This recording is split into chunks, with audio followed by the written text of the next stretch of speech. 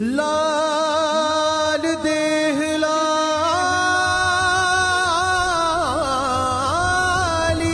लसे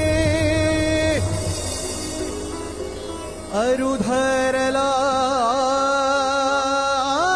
लंगूर वज्र देह दानव दलन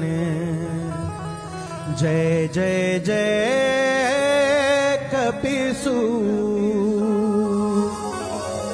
हे दुख भंजन मारुति नंदन सुन लो मेरी पुकार पवन सुत बिनती बारंबार पवन सुत बिनती बारंबार हे दुख भंजन मारुति नंदन हे दुख भंजन मारुति नंदन सुन लो मेरी पुकार पवन सुत बिनती बारंबार पवन सुत बिनती बारंबार।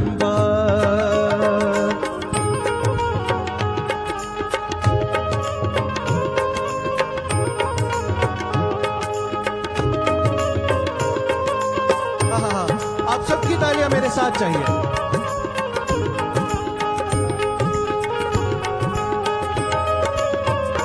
हो जपो निरंतर नाम तुम्हारा बजरंग बली बजरंग बली बजरंग बली बजरंग बली जपो निरंतर नाम तुम्हारा अब नहीं छोड़ूं तेरा द्वारा राम भक्त मोहे शरण न लीजे राम भक्त मोहे शरण न लीजे भव सागर से तार पवन सुत बिनती बारंबार पवन सुत बिनती बारंबार हो हे दुख भंजन मारुति नंदन हे दुख भंजन मारुति नंदन सुन लो मेरी पुकार पवन सुत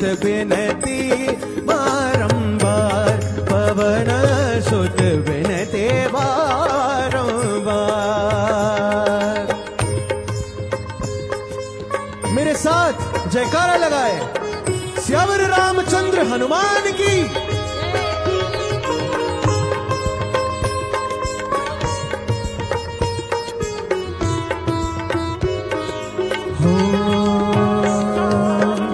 अष्ट सिद्धि नव निधि के दाता दुखियों के तुम भाग्य विधाता अष्ट सिद्धि नव निधि के दाता दुखियों के तुम भाग्य विधाता राम भक्त मोहे शरण न लीजे राम भक्त मोहे शरण न लीजे मेरा कर उधार पवन सुत बिनती बारंबार पवन सुत बिनती बारंबार हो हे दुख भंजन मारुति नंदन हे दुख भंजन मारुति नंदन सुन लो मेरी पुकार पवन सुत बिनती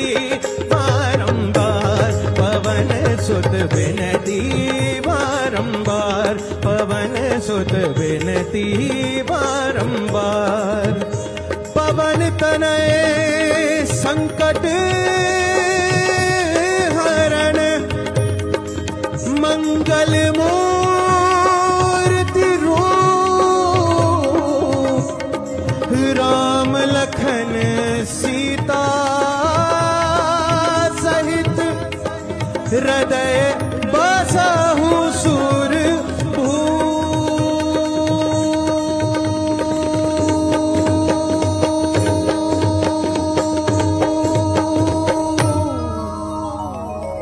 पवन सुत हनुमान की, श्यावर रामचंद्र भगवान की, थँक्यू थँक्यू.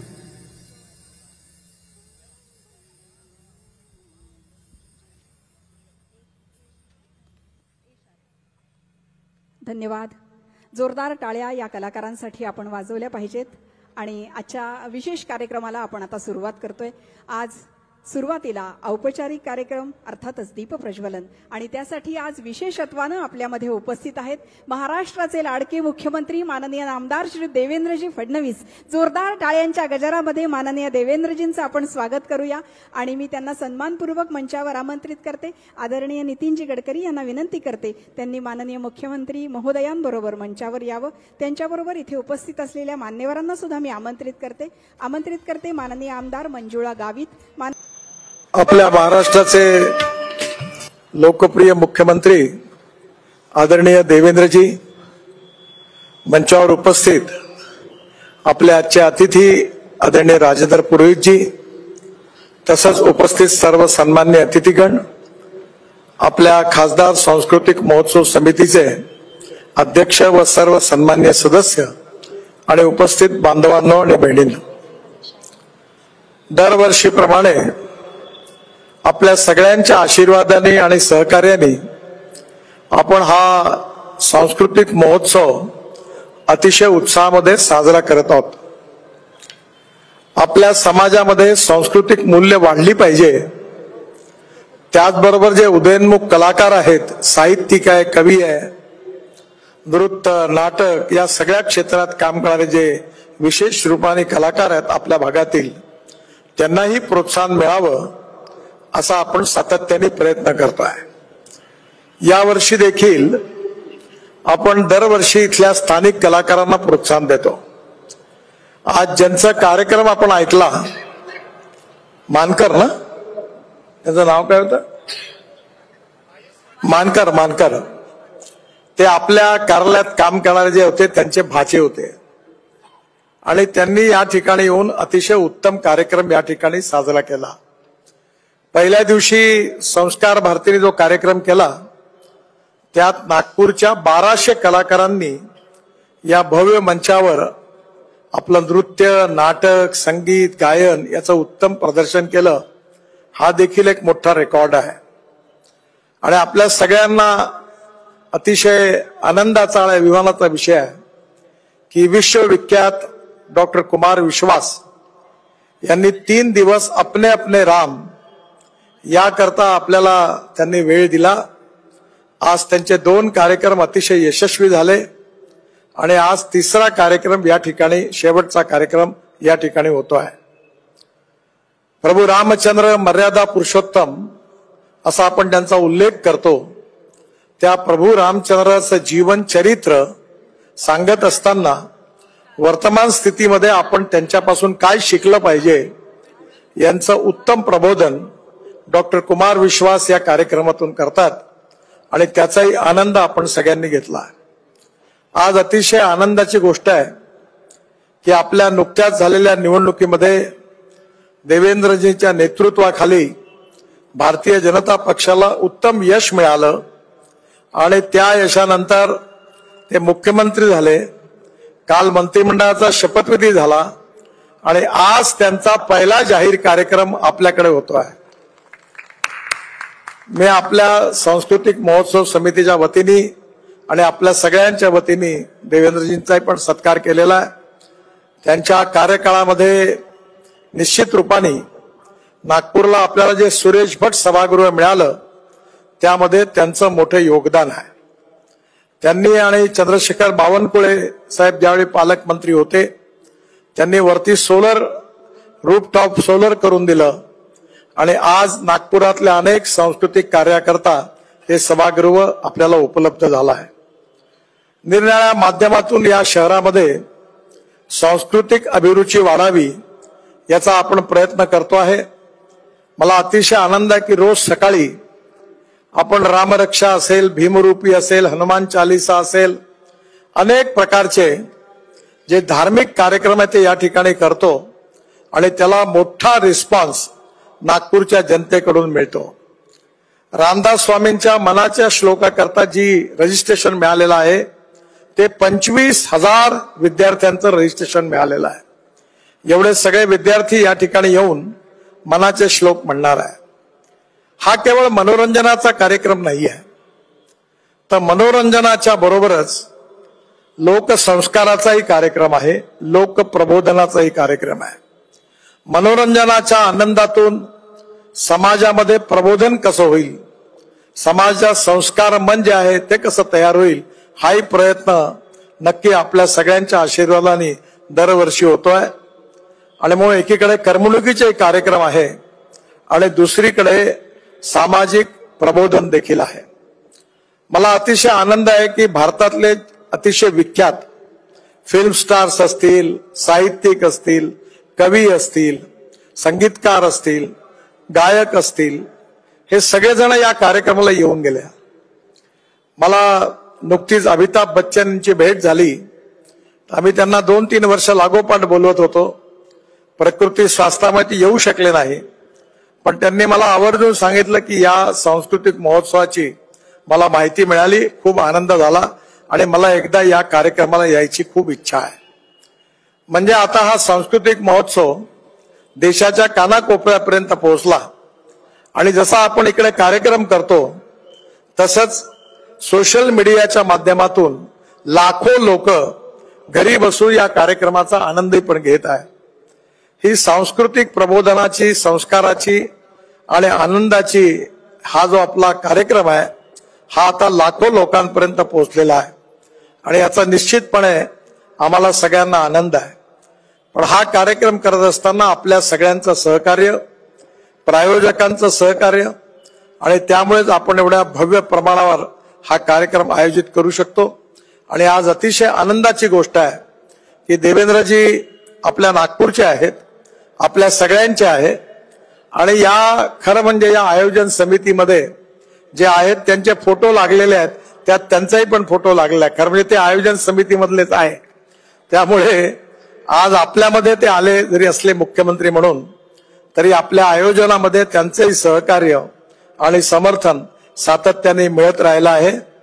मी त्यांचं मनापासून अभिनंदन करतो, शुभेच्छा देतो आणि त्यांनी या प्रसंगी आपल्याला मार्गदर्शन करावं अशी विनंती करतो. धन्यवाद.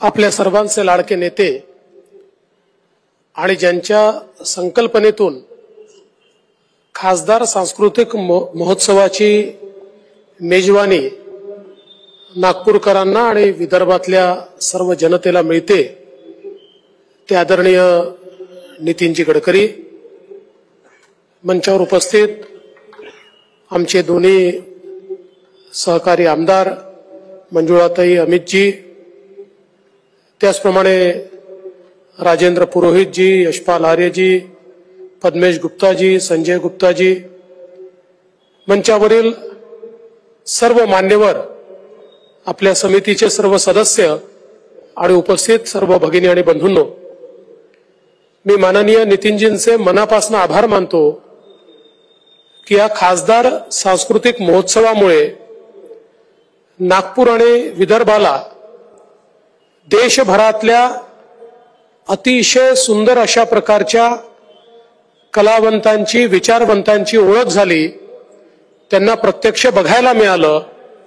ज्यांना बघण्याकरता टीव्हीच्या व्यतिरिक्त आपल्याकडे दुसरं माध्यम नव्हतं, असे अनेक कलावंत, विचारवंत आपल्याला प्रत्यक्ष ऐकायला, अनुभवायला, पाहायला मिळाले आणि एक मोठ्या प्रमाणात आकर्षण या महोत्सवाचं नागपुरात आणि विदर्भात तयार झालं.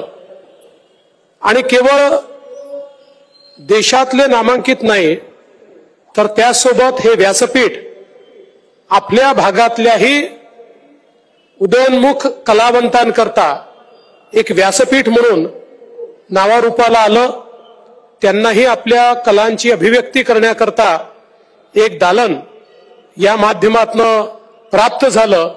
आणि आताच नितीनजींनी सांगितलं, वेगवेगळ्या प्रकारच्या सांस्कृतिक स्पर्धांच्या माध्यमातून नागपूरचं संपूर्ण सांस्कृतिक वातावरण ढवळून काढण्याचं काम या सांस्कृतिक महोत्सवामुळे होत आहे.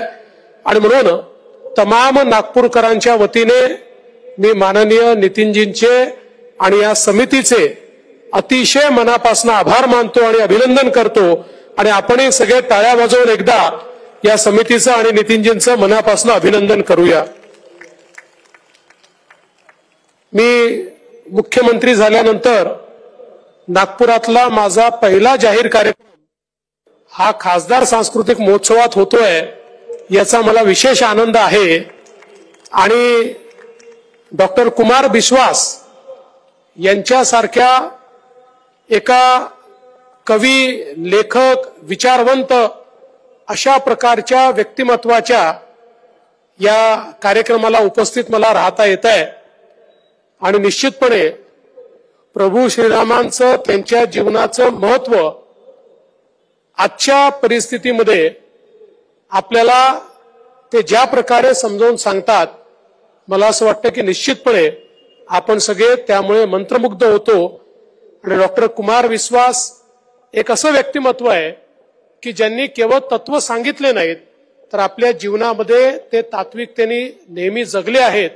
आणि म्हणूनच आज एक केवळ सिद्धहस्त कवी म्हणून नाही तर आपल्या संपूर्ण सांस्कृतिक पुनरुत्थानाचे पुरोधा म्हणून त्यांच्याकडे पाहिलं जातं. अशा प्रकारचे डॉक्टर कुमार बिस्वास यांचं देखील आपल्या सगळ्यांच्या वतीनं मी अतिशय मनपूर्वक स्वागत करतो, त्यांचं अभिनंदन करतो. आणि अशाच प्रकारे खासदार सांस्कृतिक महोत्सवाची ही पर्वणी आपल्याला लाभतच राहावी अशा प्रकारची या ठिकाणी नितीनजींना प्रार्थना करतो. ही जी आपली समिती आहे, अनिलजी सोले अध्यक्ष आहेत आणि ही जी संपूर्ण समिती आहे, ही समिती रात्रंदिवस याच्याकरता काम करते, याचं आयोजन करते. आणि म्हणूनच आपण पाहतो की इतक्या मोठ्या प्रमाणात 25-25 हजार लोक कार्यक्रमांना हजर असतात, पण अतिशय चांगल्या प्रकारे हे सगळे कार्यक्रम पार पडतात. मला असं वाटतं की आता हा सांस्कृतिक महोत्सव हा नागपूरकरांच्या जीवनाचा एक अंग झालेला आहे. आणि त्यामुळे या महोत्सव समितीला अतिशय मनापासून मी धन्यवाद देतो, नितीनजींचे आभार मानतो आणि माझे 2 शब्द संपवतो. धन्यवाद. जय हिंद, जय श्रीराम. परंपरानुसार सर्वप्रथम हृदयस्थ भगवान राम का स्मरण करेंगे. समस्त देवताओं का इस समाहार के दिवस पर आमंत्रण करेंगे. जो नेत्रों से देख सकें वो नेत्रों से देखें, जो नेत्र बंद करके ध्यान कर सकें वो ध्यान करें. आइए पहले प्रार्थना करते हैं, फिर उद्बोधन और संवाद प्रारंभ करेंगे. वर्णानामर्थ संघारा रसानां छन्दसावपि मंगलानां च कर्तारो वन्दे वाणी विनायक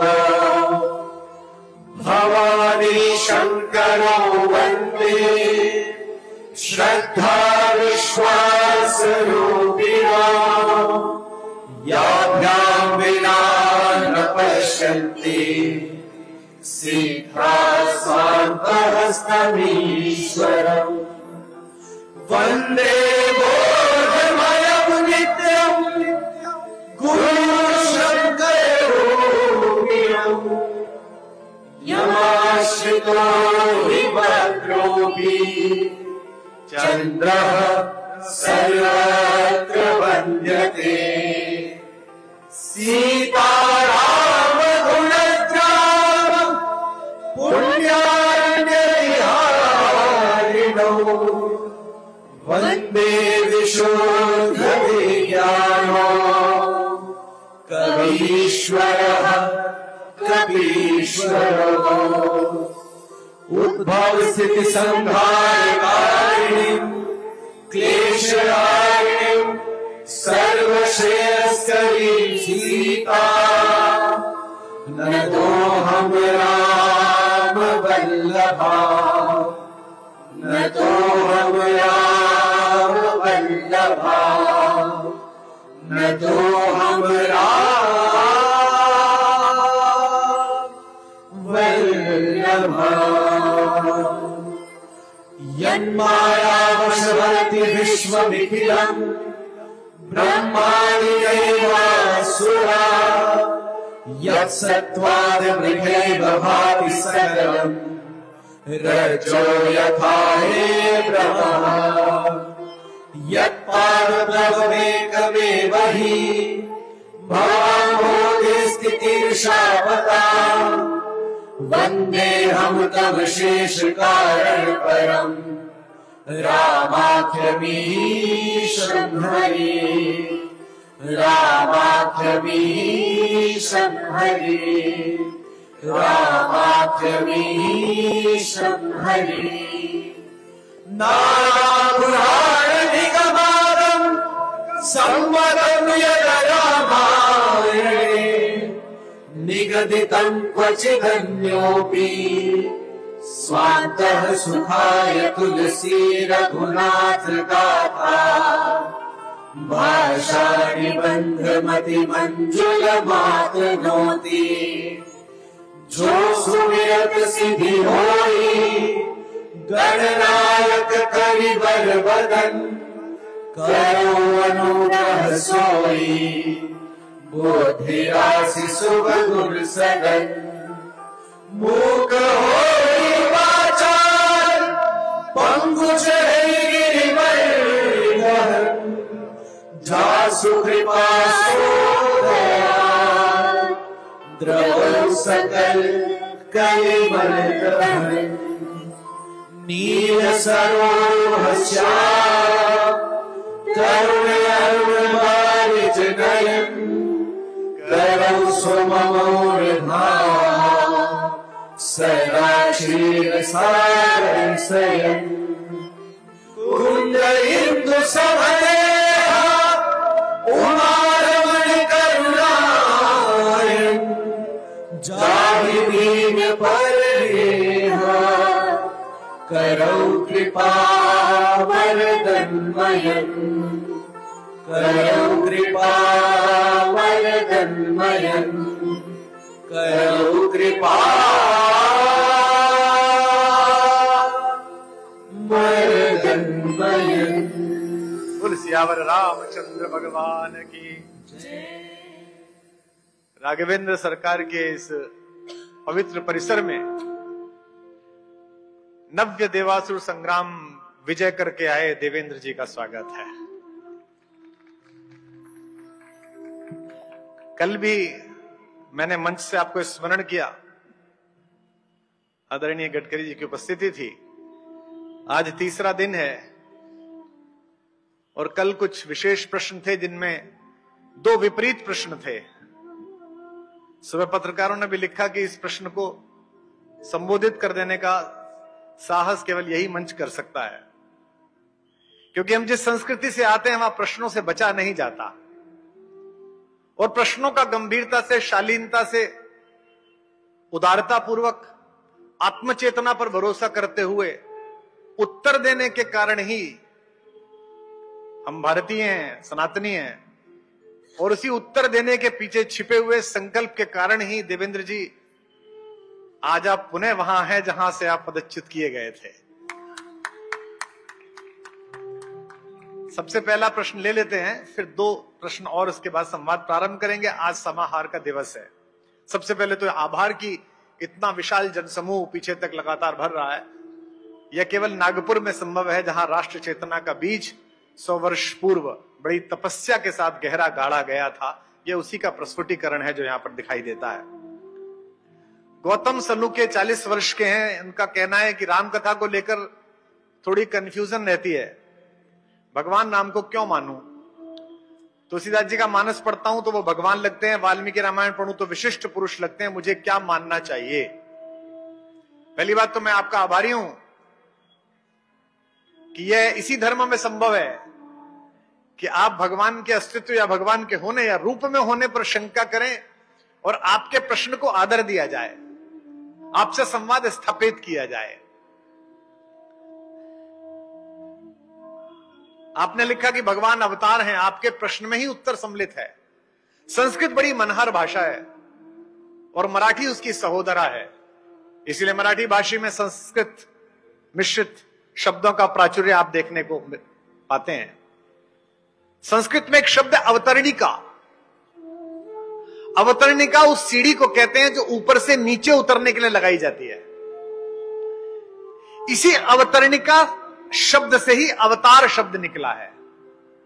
ईश्वर जब जब मनुष्य से भेंट करने की इच्छा के कारण या अधर्म के प्राचुर्य के कारण, अधर्म के प्रभावशाली हो जाने पर उसका निषेध करके सत्य और सनातन धर्म को स्थापित करने की योजना से पृथ्वी पर आता है, तो जिस माध्यम को बनाकर आता है उसे अवतरणिका यानी कि अवतार कहा जाता है।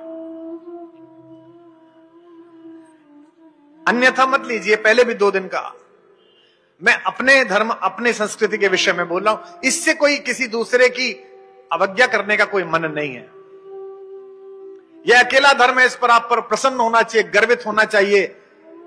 अन्य धार्मिक अवधारणाओं में भगवान के संदेशवाहक आए हैं, भगवान के पुत्र आए हैं, लेकिन नागपुर के लोगों इस पर जीवन भर अंतिम सांस तक गर्व करिए कि आप अकेले धर्म में हैं जिसमें भगवान स्वयं मनुष्य बनकर आए हैं। पृथ्वी पर एक सामान्य बालक की तरह घुटवन चलत रे नुतन मंडित मुख दधि लेप किए, घुटनों चलते हैं, मुख पर दही का लेप है, और उनके हाथ से एक कौवा माखन की रोटी भी ले जाता है। और एक मुसलमान कवि कहता है कि काग के भाग बड़े सजनी, हरि हाथ से ले गए और माखन रोटी। ये केवल इसी धर्म में संभव है। हर घर के आंगन में एक कृष्ण है। यहां जितनी महिलाएं बैठी हैं, इन्होंने सबने अपने बच्चे को खिलाते समय बचपन में नाम कुछ भी रखा, उसे कान्हा कहा है, उसे कन्हैया कहा है। ईश्वर इतना शिशु हो जाए, इतना लघु हो जाए कि वो मां की गोद में समा जाए, ये केवल भारत में संभव है। कल भी मैंने कहा था कि संशय रूपी पक्षी को उड़ाने के लिए राम की कहानी करतल ध्वनि का काम करती है, इसलिए बीच बीच में संशय उड़ाते रहिएगा। गौतम जी का संशय है कि कैसे मानूं। मनुष्यता ने बड़े बड़े सपने देखे हैं, मनुष्यता ने बड़े बड़े लोगों को देखा है जो आज वर्तमान के नायक हैं, कल वो इतिहास बनने वाले हैं। पूज्य अटल जी जब साकेत धाम की यात्रा पर गए थे, तब दूरदर्शन की ओर से और अन्य चैनल्स की ओर से मैं उस यात्रा के विषय में बोल रहा था। तो मैंने एक वाक्य बोला था उसमें, मैंने कहा था हमारे भारत में यह माना जाता है कि जो पिता में अपने सामने पोतों का यश देख ले उसे स्वर्ग में स्थान मिलता है। और उस समय आप मुख्यमंत्री थे, तो मैंने यही कहा था कि हो सकता है कि सामान्य कार्यकर्ता की तरह देवेंद्र जी कमी मिले हो अटल जी से, लेकिन आज जिस यश वाहिनी जो उनके पीछे चल रही है, जिसमें सबसे पीछे का एक पदाति भी मुख्यमंत्री के रूप में चल रहा है, यह स्वर्ग में स्थान बनाने जैसा है। जो अभी शरीर में है वो कल इतिहास बनेंगे। बड़े सपने देखे हैं, लेकिन मैं अपनी चेतना प्रज्ञा के प्रवाह में केवल यह कह सकता हूं कि मनुष्यता ने जितने भी स्वप्न देखे हैं आदमी बन जाने के, इंसान बन जाने के, उनमें राम से बड़ा सपना आज तक पृथ्वी ने नहीं देखा। माता ने अपनी ओर से देखा, पिता ने अपनी तरह से देखा, परिजनों ने अपनी तरह से देखा, गुरुजनों ने अपनी तरह से देखा, और हजारों वर्ष बीत जाने के बाद भी वाल्मीकि, तुलसी, कम्मन, मैथिली शरण गुप्त, राधेश्याम जी, संत ज्ञानेश्वर जी और हम जैसे सामान्य गृहस्थ भी अपनी दृष्टि से राम को देख रहे हैं। तभी मैं कहता हूं कि राम मनुष्यता की आंख के सबसे बड़े सपने हैं। ये पंक्तियां जो मुझसे सरस्वती ने कहलाई, मैं इनके लिए देवी का आभार व्यक्त करता हूं, कृतज्ञ अनुभव करता हूं। गाइए मेरे साथ। मानवता की खुली आंख के सबसे सुंदर सपने राम, मानवता की खुली आंख के सबसे सुंदर सपने राम। जे व्यावाणी अर्थवती हो गई लगी जब जपने राम। जे व्यावाणी अर्थवती हो गई लगी जब जपने राम। मात पिता गुरु जन परिजन ने अपने अपने देखे थे। मात पिता गुरु